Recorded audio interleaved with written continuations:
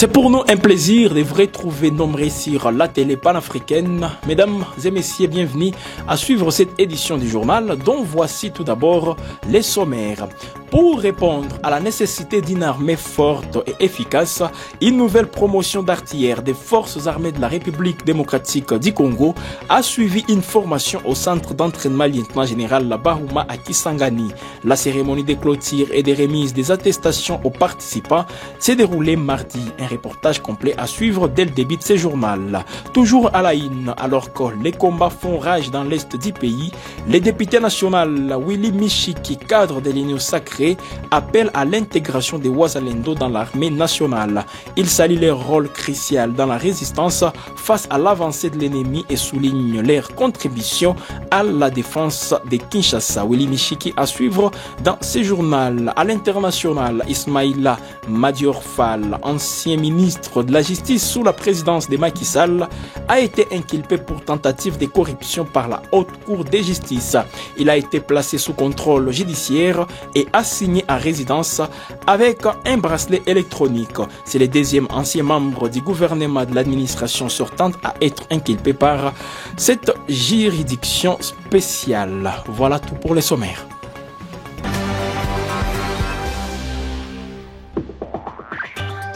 Nous restons toujours au cœur de l'actualité en temps réel. Pour répondre à la nécessité d'une armée forte et efficace, une nouvelle promotion d'artilleurs des forces armées de la RDC a suivi une formation au centre d'entraînement lieutenant général Bahuma à Kisangani. La cérémonie de clôture et des remises des attestations aux participants s'est déroulée mardi dernier. Suivez ces reportages pour plus de précisions. La montée en puissance des forces armées de la République démocratique du Congo, une première promotion des artilleurs formés au centre d'entraînement lieutenant général Bahuma à Kisangani dans la province de la Chopo, vient de terminer sa formation assurée par les instructeurs nationaux pendant une saison. C'est ce mardi 13 mai 2025 que la cérémonie de remise des attestations de participation a eu lieu au camp Bahuma en présence de plusieurs autorités militaires. La dite cérémonie était présidée par le général de brigade Mbunga Modeste, commandant second de la 3e zone de défense en charge de l'administration et logistique, venu représenter les commandants de la 3e zone de défense empêchés. À l'occasion, le représentant personnel du commandant de la 3e zone de défense, le lieutenant général Massunzu Pacifique, s'est adressé aux participants en leur exhortant à l'observance de la discipline militaire et d'éviter l'usage des téléphones Android sur le champ des batailles.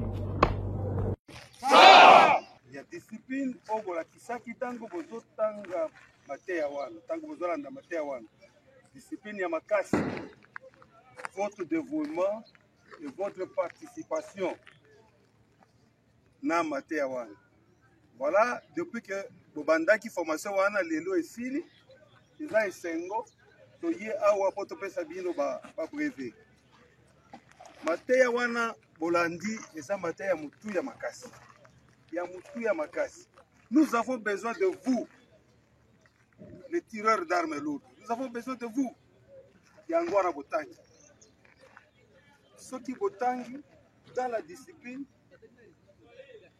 partout où on va vous déployer, on l'a qui sérieusement que Botangi. Voilà que cette discipline est la discipline est la mère des armées. Armée pour la armée ya kitoko, pour l'armée il faut discipline exact. Ce qui monte à Gosala yaye oyo alingi. On te donne l'ordre par ton chef, tu refuses. Olingi opanga yayo mo kombi pange. Ça c'est l'indiscipline notoire. Vous devez cesser de ça. Replier c'est la tactique.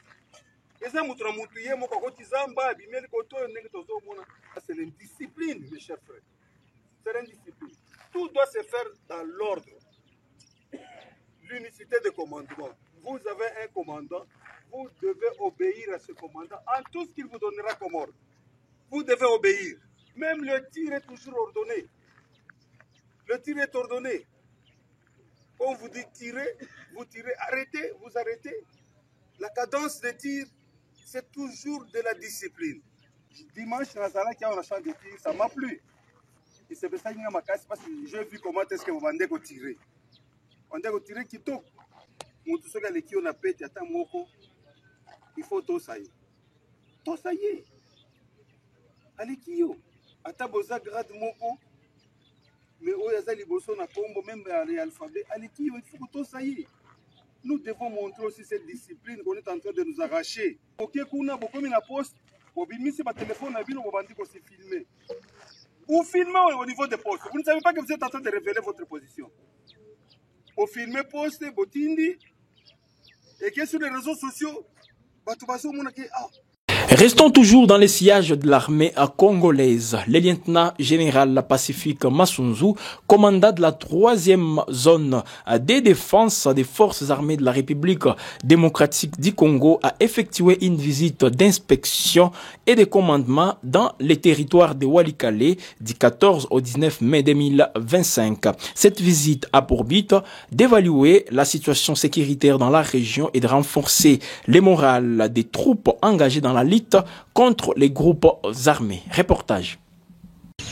Mbotepe, encouragement, na basoda nyonso oyo wazali engagé dans le théâtre des opérations na territoire ya Walikale, en commençant par le commandant suprême des forces armées et de la police nationale congolaise, mais aussi Mbote ya chef d'état-major général ya FRDC. Est-ce que boyambi ango? Naza ko féliciter bao nyonso qui se sont bien comportés pendant les opérations.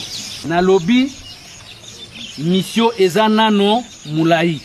Bino nyonso boyebi ke ennemi aza ko occuper une partie ya territoire national. Mabele wana jamais tokotika ngo na maboko ya munguna te. Est-ce que bolaningai? Ezali ba étranger te bao bakoya ko libérer mabele na biso te. Ezali nde biso. Kaka biso ba payate. Nous devons rester fidèles et loyaux aux institutions de la République. Nous avons que le seul pays, la seule patrie, l'unique armée et l'unique police nationale congolaise. Et nous avons l'obligation de défendre ce pays jusqu'à libérer la partie occupée par l'ennemi. Et est-ce que Bolaningai? Donc vous devez être prêt, éviter la distraction, éviter kolangwa, éviter la distraction ya ndenge na ndenge. Vous devez être prêt à combattre, prêt à répondre à toute tentative d'attaque. Peyambala oyo. Dans les mêmes registres, le lieutenant général Pacifique Massunzu a lancé un appel aux unités des forces armées de la République démocratique du Congo à Walikale.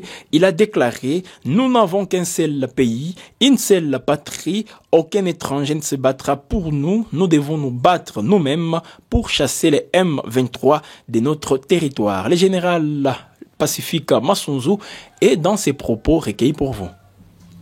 Les unités des forces armées de la République démocratique du Congo, déployées dans le territoire de Walikale en province du Nord Kivu et celles implantées dans le territoire de Lubutu en province du Maniema, ont bénéficié d'une visite d'inspection et de commandement du lieutenant général Massunzu Pacifique, commandant de la 3e zone de défense, qui était à la tête d'une forte délégation du 14 au 19 mai 2025. Durant sa mission, le commandant de la 3e zone de défense a tenu des réunions de commandement avec les commandants des grandes unités et les membres de leurs états-majors déployés sur tous les fronts. En outre, il a présidé des causeries morales en faveur des troupes. Quelques points étaient développés au cours de ces entretiens, notamment Primo, la mission traditionnelle des forces armées de la République démocratique du Congo. Segundo, la discipline militaire qu'il faille observer et imposer. Tertio, le patriotisme. Quarto, la loyauté envers les institutions de la République démocratique du Congo, en commençant par le président de la République. Quinto, la politisme des forces armées de la République démocratique du Congo. Suivez. Mbote lisusu.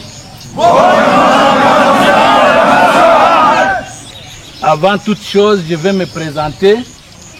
Naebi ke ebele na bino boyebi ngai te.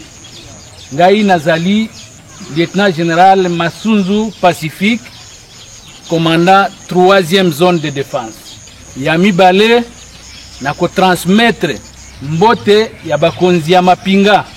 Tango na yebisaki bakonzi kinaza koya na walikale batinda kingai pona transmettre mbote pe encouragement na basoda nyoso oyo wazali engagé dans le théâtre des opérations na territoire ya Walikale, en commençant par le commandant suprême des forces armées et de la police nationale congolaise, mais aussi mbote ya chef d'état-major général ya FRDC. Est-ce que boyambi ango? Naza ko féliciter baonyoso qui se sont bien comportés pendant les opérations. Nalobi mission ezanano mulai. Bino nyoso boyebi ke ennemi aza ko occuper une partie ya territoire national. Mabele wana jamais tokotika ngo na maboko ya munguna te. Est-ce que bolaningai?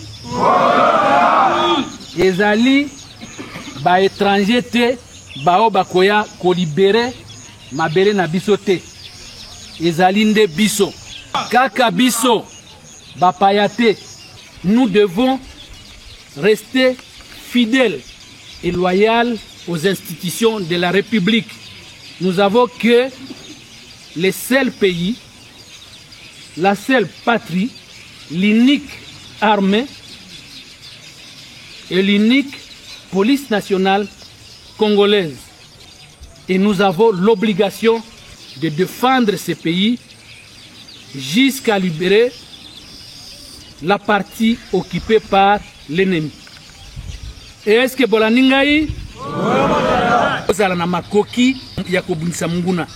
Donc vous devez être prêts, éviter la distraction, éviter kolangwa, éviter la distraction ya ndenge na ndenge. Vous devez être prêts à combattre, prêts à répondre à toute tentative d'attaque.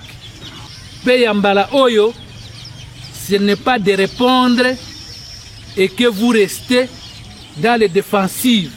Ils vous attaquent, vous répondez, pe bolandie. Tina ndenge tokolungulaye na nini na mabele na biso. Au Nord Kivu, le chef de la division de la jeunesse, Guy Kibira Ndole, a été reçu hier par les gouverneurs militaires du Nord Kivu, le général-major Kakule Somo Evariste. Au sortir de l'audience, Guy Kibira a souligné la situation préoccupante des jeunes de la région. Il a appelé à un effort collectif pour les encourager à devenir des citoyens utiles à la nation. Guy Kibira Ndole est dans ses propos recueillis pour vous. Nous avons été reçus par l'autorité provinciale, son Excellence Évariste Somo, parce que il est de notre devoir de lui présenter les civilités à l'arrivée à Beni, qui est actuellement le chef-lieu de la province du Nord Kivu, pour des raisons évidentes que nous connaissons tous.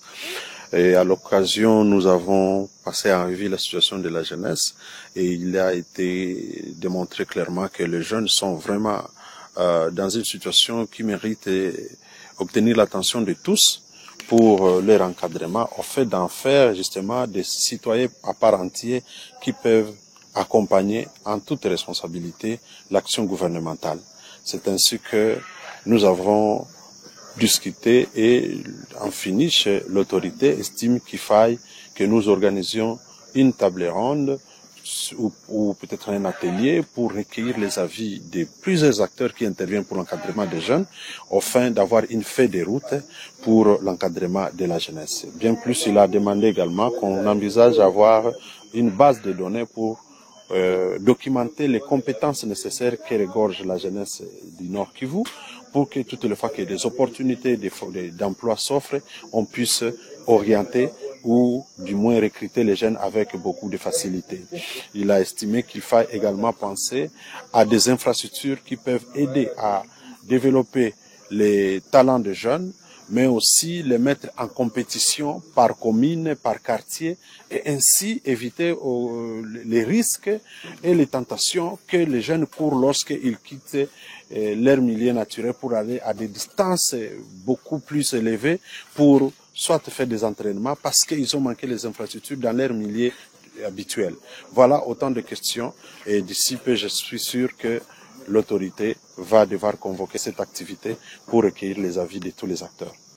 Alors que les combats font rage dans l'est du pays, le député national et cadre de l'Union sacrée Willy Michiki appelle à l'intégration des Wazalendo dans l'armée nationale. Il salue leur rôle crucial dans la résistance face à l'avancée de l'ennemi et souligne leur contribution à la défense de Kinshasa. Si aujourd'hui l'ennemi n'a pas réussi à prendre Kinshasa, c'est grâce aux Wazalendo, a-t-il déclaré lors de l'émission Dialogue entre Congolais des radios Okapi. Le député Willy Michiki est dans ses propos recueillis pour vous. L'enjeu, c'est quoi aujourd'hui? C'est que la montée en puissance des Wazalendo nous dérange beaucoup. Personne ne s'attendait à cette résistance. Il faut dire, madame, que si aujourd'hui il y a résistance à l'Est, si l'ennemi n'est pas parvenu à faire tomber Kinshasa aujourd'hui, c'est à cause des Wazalendo. C'est un secret de polichinelle. Et cela dérange. Le problème n'est pas qu'ils ont profité des vrais problèmes. C'est vrai, même nous, les Wazalendo, nous sommes aujourd'hui préoccupés par notre avenir politique. Pourquoi les Wazalendo ne sont pas aujourd'hui impliqués dans le processus de Doha, de Washington DC, puisqu'ils sont des forces combattantes comme le M23. AFC. Pourquoi seulement à Doha on a invité AFC et à Doha, je rappelle ici à passage que le processus de Doha c'était entre le gouvernement congolais et le gouvernement rwandais. Mais lorsque le président Kagame est arrivé là-bas, il a exigé la présence de l'AFC et M23. Les problèmes aujourd'hui, les vrais dangers, nous sommes préoccupés par l'avenir de Wazalendo. Nous sommes en train aujourd'hui d'organiser une conférence sur l'avenir de Wazalendo. Puisque les Wazalendo ne vont pas rester dans la brousse, ne vont pas rester toujours comme un groupe armé. Il faudrait, moi-même, j'avais déjà anticipé au niveau de l'Assemblée nationale, j'avais déposé des propositions de loi pour les intégrer dans les efforts de fait de la police. Parce que ce que les gens ne disent pas beaucoup, le grand commandant, la plupart de ces commandants de mouvement Wazalendo sont des ex-FAC, des ex de l'armée de Mobutu, qui sont très bien formés. Justice à présent. Le procureur près la Cour de cassation Firmin Mvonde a demandé à l'Assemblée nationale la levée des immunités du ministre Constant Mutamba. Cette requête fait suite à une enquête pour un présumé détournement de 19 millions de dollars dans le cadre d'un contrat de gré à gré pour la construction de la prison de Kisangani. Le procureur souhaite poursuivre le ministre Mutamba pour son implication présumée dans ces scandales. L'Assemblée nationale devra maintenant se prononcer sur la demande de levée d'immunité. Reportage. Procureur général près de la Cour de cassation, Firmin Mvonde, a demandé ce mercredi à l'Assemblée nationale la levée de l'immunité parlementaire du ministre de la Justice, Constant Mutamba. Les procureurs soupçonnent le ministre d'avoir détourné 19 millions de dollars américains dans le cadre d'un contrat de gré à gré pour la construction d'une prison à Kisangani. Le réquisitoire du procureur a été lu devant les députés par le rapporteur de la Chambre basse du Parlement, Jacques Njoli, lors de la plénière. Selon le document, Constant Mutamba aurait détourné une partie des 39 millions de dollars alloués à la construction de la prison. Le président de l'Assemblée nationale, Vital Kamerhe, a déclaré que l'institution ne fera jamais obstacle à la justice dans sa lutte contre la corruption et les détournements des deniers publics. Suite à la lecture du réquisitoire, l'Assemblée nationale a immédiatement mis en place une commission spéciale chargée d'auditionner le procureur Mvodi et le ministre Constant Mutamba. Rappelons que Constant Mutamba était député national avant d'être nommé ministre d'État à la Justice. L'ambassadeur américain Troy Fitrell, haut responsable du bureau des affaires africaines au département d'État américain, a réaffirmé mardi dernier l'engagement des États-Unis pour la résolution de la crise entre la RDC et le Rwanda. Lors d'un webinaire sur la diplomatie commerciale américaine en Afrique subsaharienne, il a mentionné les discussions en cours entre les deux pays, assurant que des efforts sont déployés pour harmoniser les différentes initiatives d'épée. La crise entre la RDC et le Rwanda a été au cœur des discussions lors d'un webinaire sur la diplomatie commerciale américaine en Afrique subsaharienne, mardi 20 mai. L'ambassadeur Troy Fitrell, haut responsable du bureau des affaires africaines au département d'État, a fait le point sur les efforts américains pour apaiser les tensions dans la région. Interrogé sur l'évolution des discussions entre Kinshasa et Kigali, les diplomates américains s'est montré optimistes. Les discussions évoluent bien et un travail se fait en coulisses pour les harmoniser avec les différentes initiatives de paix, a-t-il affirmé. Fitrell a souligné les avantages d'une paix durable pour la région, insistant sur les potentiels économiques d'une économie formalisée et la nécessité d'une démarche au-delà de Kinshasa et Kigali. Il faut inclure le Burundi, l'Ouganda, l'Angola et le Zimbabwe. Tous ont tout à gagner, a-t-il déclaré. L'ambassadeur a également évoqué la prochaine réunion à Lomé, placée sous l'égide de l'Union africaine. Nous attendons cela avec impatience, car cela fait partie intégrante d'un processus bien ancré, a-t-il précisé.